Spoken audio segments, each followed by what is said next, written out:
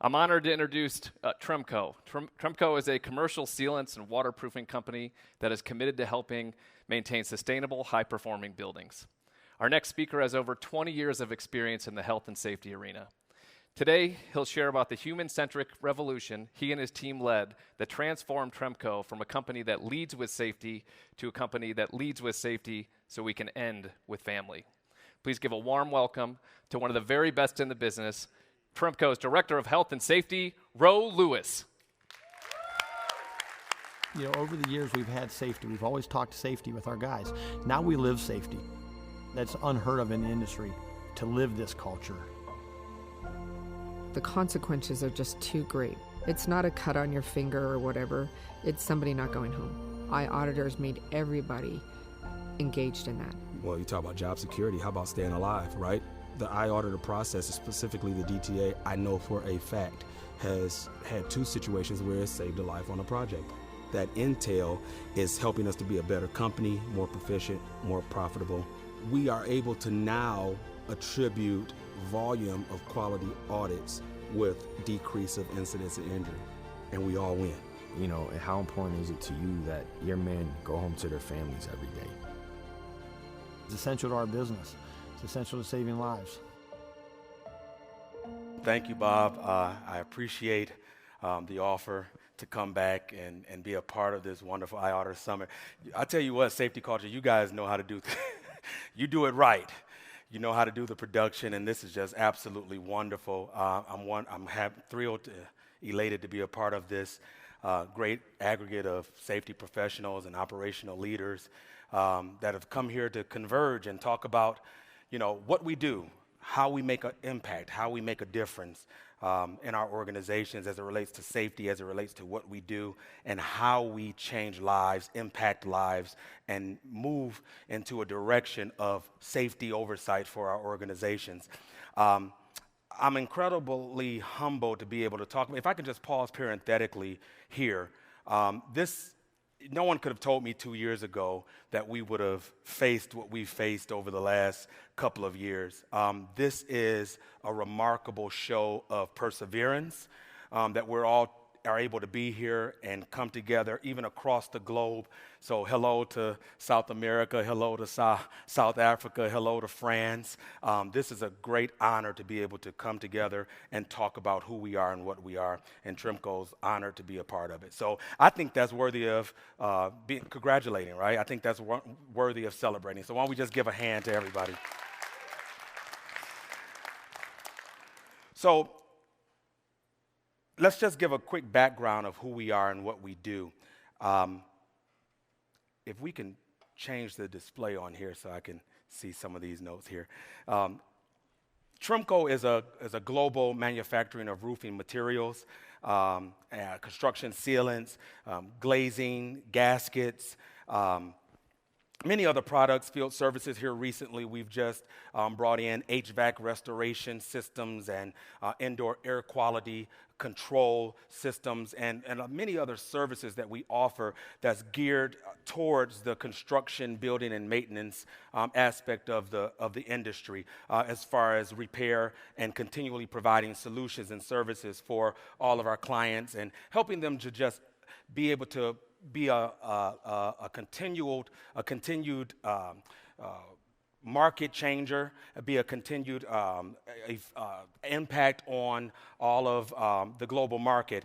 And what we do, we started as a small manufacturing organization out of Cleveland back in 1928. It was just a company that was geared towards keeping good roofs good.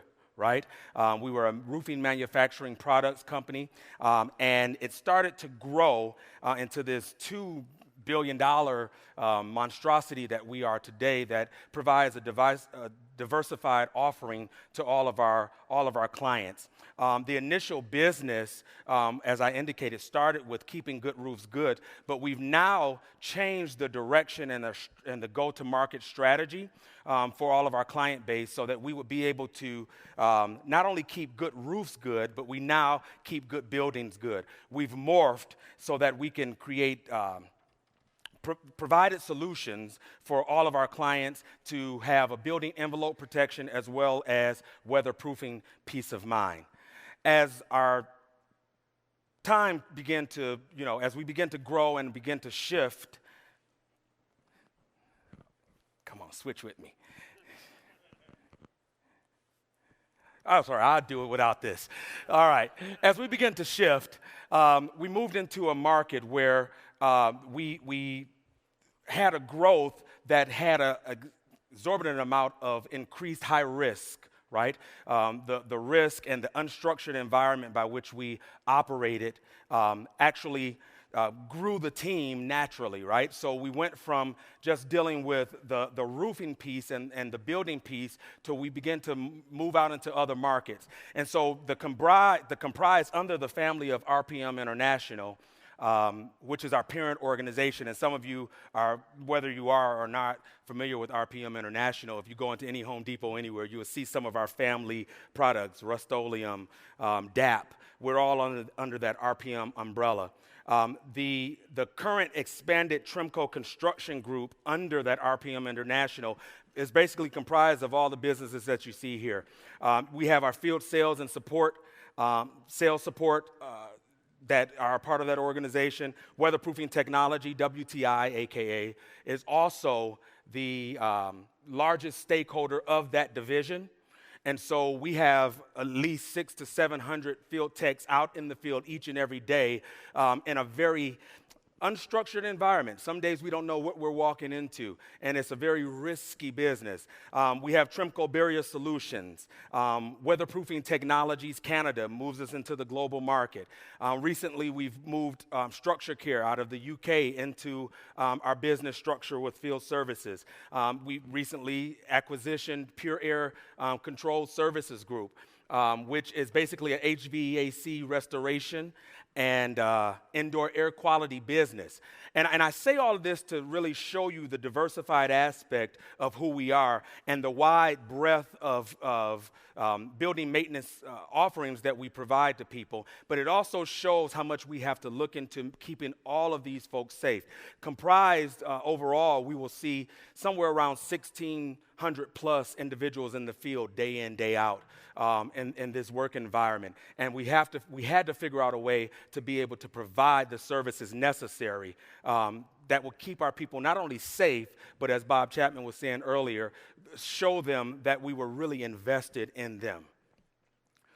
So as the expansion began, it increased exposure in some highly dangerous situations, therefore realizing the nature and the intricacies of what we do and the vast workforce that we have to oversee and keeping them safe. Our leadership, our organizational leadership basically had a come to Jesus as it relates to safety, if you can say that. What they really basically said was they resolved that safety had to become the cornerstone of our business. Okay? It had to become the cornerstone of our business. We had to lead with safety. And then an aha moment happened, right? The motto was therefore born where lead with safety became the motto of the organization as it related to our business. Now, the difference is the leadership set the mission, but there's always a but. Everybody say but.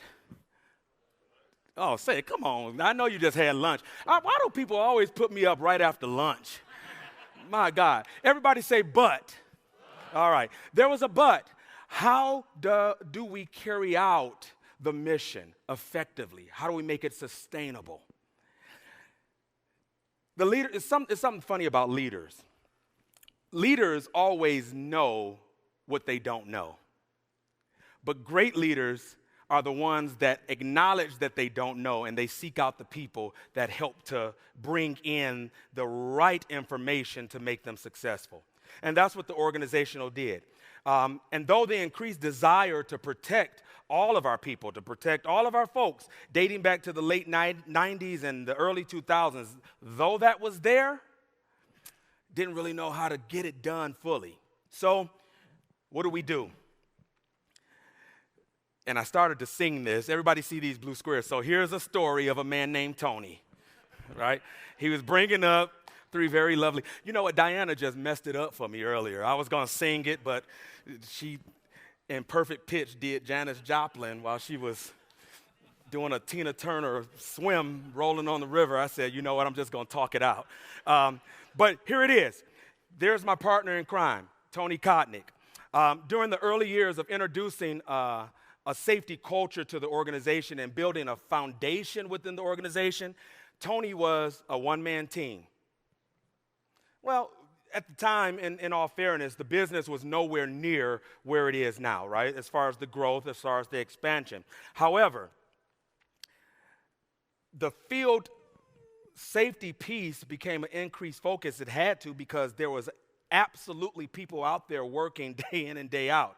And so what we had to do was figure out exactly what needed to be done. Oh, by the way, this one individual also, I started off talking about we were a manufacturing organization, right? So we had multiple plants at this point, of which he was in charge of manufacturing and safety. It was just too much for one individual, right? Too many. How many safety folks do we have out here, right? Imagine having all of manufacturing.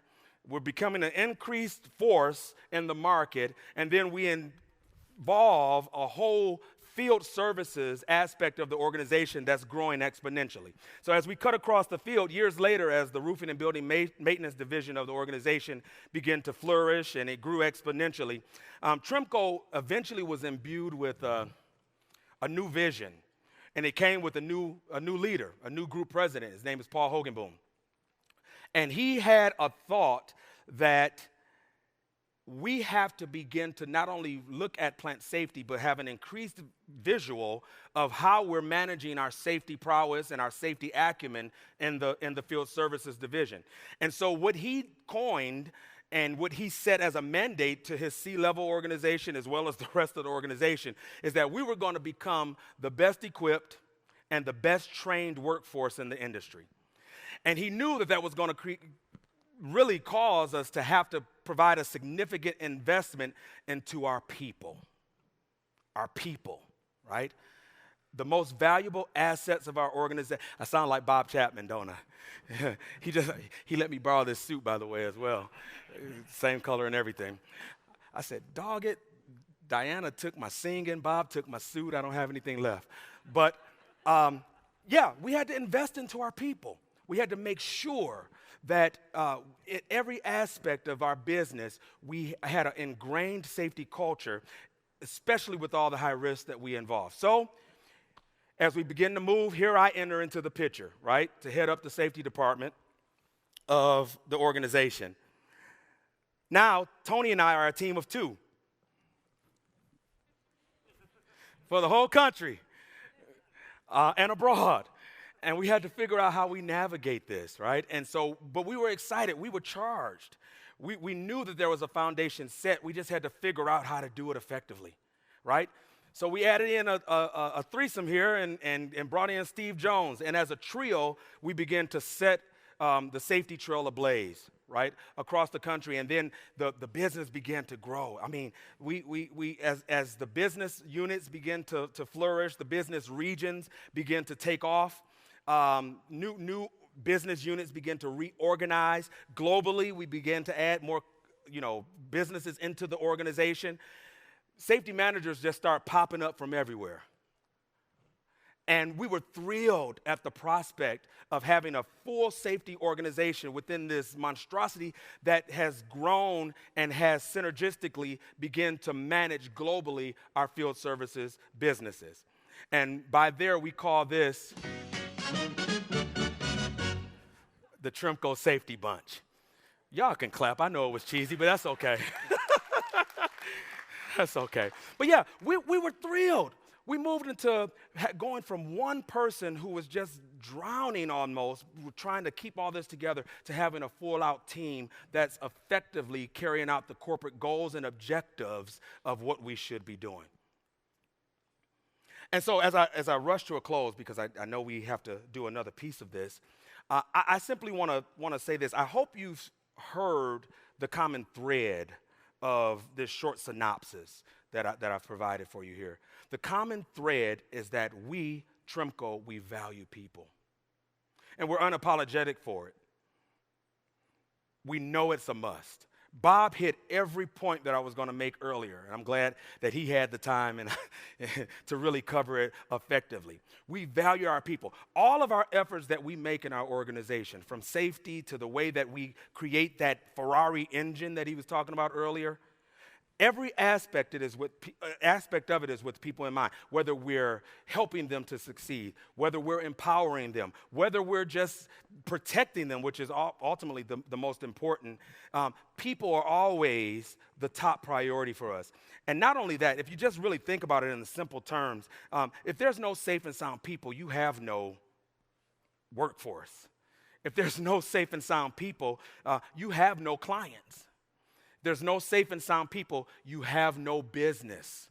That's game over. And so because of that, I'm actually grateful. I'm here today because I am just so wonderfully thankful for the relationship that we've been able to forge and the partnership we've been able to forge with Safety Culture. Safety Culture has helped us in our relentless pursuit to protect our folks and to protect our safety, integrity, and to build our culture almost in every aspect. Every subcontractor, every employer, every client, every audit that we've done. I was talking to Tony the other day, and he was telling me, can't you remember when we hit our 10,000th audit? And I said, yeah. He was like, well, guess what? We're doing 10,000 a month. It's just remarkable to see how much you've helped us to become who we are and to forge the safety culture that we have in our organization. And it's been absolutely wonderful. There's nothing more important than protecting our people in this organization. As a matter of fact, the commitment to safety of our employees is richly steeped and built upon them being our family. We are family.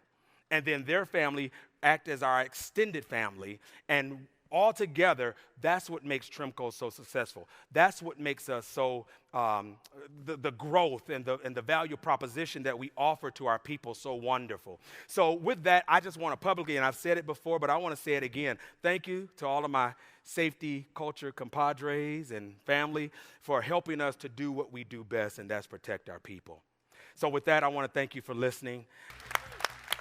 That's my right hand and my left hand. So we always have you go after lunch because of what you just did. So that's exactly right. You bring the energy, so thank you for that. Appreciate it, man. I have some questions for you. Yeah. So I heard you speak a few years ago, and you made a very Diana Nyad-esque statement. You said, change is inevitable, but growth is optional. How did you get this philosophy as a man, and then how has it played out at Tremco? Yeah, that's a quote. That's one of actually my favorite quotes from one of my most favorite authors, and he's a leadership coach. His name is John Maxwell. Anybody know John Maxwell? I read that thing about 10 years ago, and it just impacted me. Actually, it's one of two quotes that he provided, and it just kind of changed my philosophy as to how I just live on a day-to-day basis. And of course, that's a natural course to move into your professional world. Change is going to happen, man. Listen, if you even look at it in the simplest terms of looking at it from one day to the next. One day was Monday, the next day is Tuesday. Every single week you're dealing with change. Some in more, sophisticated forms and fashions, but we have to make the decision of how we handle those changes. What happened yesterday, how does it impact our tomorrow? How is it that we're going to take what we had and learn from it in a positive fashion? And you have to be intentional with that. That has to be something that we look at every single day and figure out how we navigate that. So I instill it personally, which makes it kind of easy for me to do that in a professional realm. But to be able to talk about that, and I just was kind of blown away by Bob's presentation. He talked about that quite honestly as a perspective of change and how we impact our people. Beautiful. Yeah. So anyone that just saw you speak would know that you're a change agent. You would never call yourself a change agent because you're a very humble guy. But as you built this safety culture, no pun intended, what was the most challenging part as the leader of that, you and Tony, to get the team on board, the people that are actually men and women working with their hands? Yeah, you're right. I wouldn't take credit for that. Actually, as I indicated, it started with Paul and making it very, very clear that everyone in this organization is going, we're going to move in the right, we're on one boat and we're on one ship and we're going to move in that direction. But certainly we did put in the work to help to begin to make that shift. I think the most difficult piece of it was creating universality. Any safety professional knows. When I first came into Tremco years ago, Tremco was a very siloed organization, right? I mean, and this is not, everyone knows it and it is no secret. We had another portion of the company that was right across the parking lot from us, and they didn't create synergistic elements. One group did this, one group did that. In WTI, we had general services and general contracting.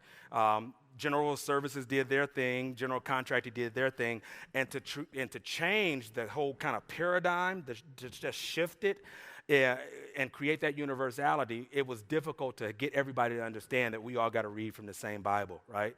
We've got to practice the same religion. And so being able to infiltrate that thought into the minds and change that mindset, I would say would be the most difficult. But right now, I think, and even today, it's still an ongoing process, but I think we're enjoying a lot of that success right now. So I'm grateful for it. Wonderful. Yeah. We'll definitely want to open it up to questions for the audience, but while we're waiting for a couple to come through, what was your journey like throughout the pandemic as a business? Well, that's a power pack question. It was an interesting ride, man. As I said earlier, all of us, I can think back over the last couple of years and see that it's been a journey. If we're talking strictly professional, if I was to just take a poll and say how many people are being affected by supply change information, it has affected us on many fronts, but specifically for the safety department, I think it has helped us in many ways, right? It has helped us to deal with what I just talked about, that growth. We have to make the decision to grow. And I believe that the way that we were doing things were great, but now we've seen, for example, in our training, the way that we deliver the things that help to support the field better. We were forced to move into a paradigm where we had to think outside the box, and it's actually going to become a sustained piece of what we are and who we are as we move forward. So I'm certainly not thankful for the pandemic, but I'm thankful that we have embraced the mindset of growing and dealing with the shift that we had to deal with. Wonderful. Yeah. Looks like we have a couple of questions here from the audience. Yep. Hey, Ro. Buddy. How you doing? What's up? That's not my question, but I'm curious how you doing. I'm doing all right. Great. Talk about change. A lot has changed. How do you, I think things will continue to just change more quickly as time goes on. How do you continue not just to address that change, get buy-in with what you're doing, and continue to invest in people as times continue to change? What's the crux of the question again? Say it again. Things are going to change. How do you handle it? Oh yeah, you've got to be measured with your approach. One thing that I think we've done in the organization, and I'm very careful, and Tony, when I say I'm really talking about our whole team that you saw there, the safety bunch. We're very careful to implement and institute a lot of changes into the organization without fully thinking it out before we roll it out. As I indicated, we're across multiple countries. We're across the full breadth of the country. And we can't just simply throw things out, new things, flavor of the month. We need sustainable processes, sustainable safety implementations, and it has to be fully measured before we push it out there. So I think one thing that you cannot afford to do is be knee-jerk, if that gets to the point of your question. We got to be very, very measured at how we approach it and see how it impacts the business across the board. The one thing that I will say is a benefit for us is we have top-level leadership, C-level leadership, that basically supports us at every hand. There's almost nothing that we ask for that, they trust us enough to know that whatever we ask for is going to benefit our people, and that's a blessing. Very good. Looks like we have another question. Good to see you again, girl. Mike Kinney, Safety Culture Strategies. Yes, you and sir. I talked last night quite a bit. One of my passions is young professionals coming into the trade as the ES&H group. So what kind of insight can you offer them, the 2 or 3 tidbits to kind of get the right trajectory so they can truly support success in their organization? Great question, man. Number one, be authentic. Number one, be authentic. Number two, really have a passion for people and have a passion to make sure that everything you do is positively affecting them. As new people have come to our team, the one thing that both Tony and I really look for is to not as much about your experience, because safety is something that we can gain, and then if you don't have as much experience with it, you can learn it. But do you have the drive to affect people's lives, immeasurably, so that when they go home, that was great, man. I talked to my wife. We have to consider what people go through in a day. Sometimes folks' safety performance has nothing to do with the job. It has everything to do about what they dealt with before they got to work that day. And so you have to be able to be calm and measured in your approach with dealing with them. And one thing that we make a mistake on as safety professionals, we're not police, right? We have to really look at how we are delivering the content and help them to understand why we're so invested in making sure they're okay. All right. Well, final question for you. It's a fun one. Yeah, man. So you're an avid Detroit Lions fan. You're having a pretty tough year. But this. Why, thanks, Bob, for bringing that up. Hold on. Wait, stick with me. But this Sunday, you have the Philadelphia Eagles flying to meet you. And so just for everyone here, since we're all in Las Vegas, should we all bet on the Lions? Let us know.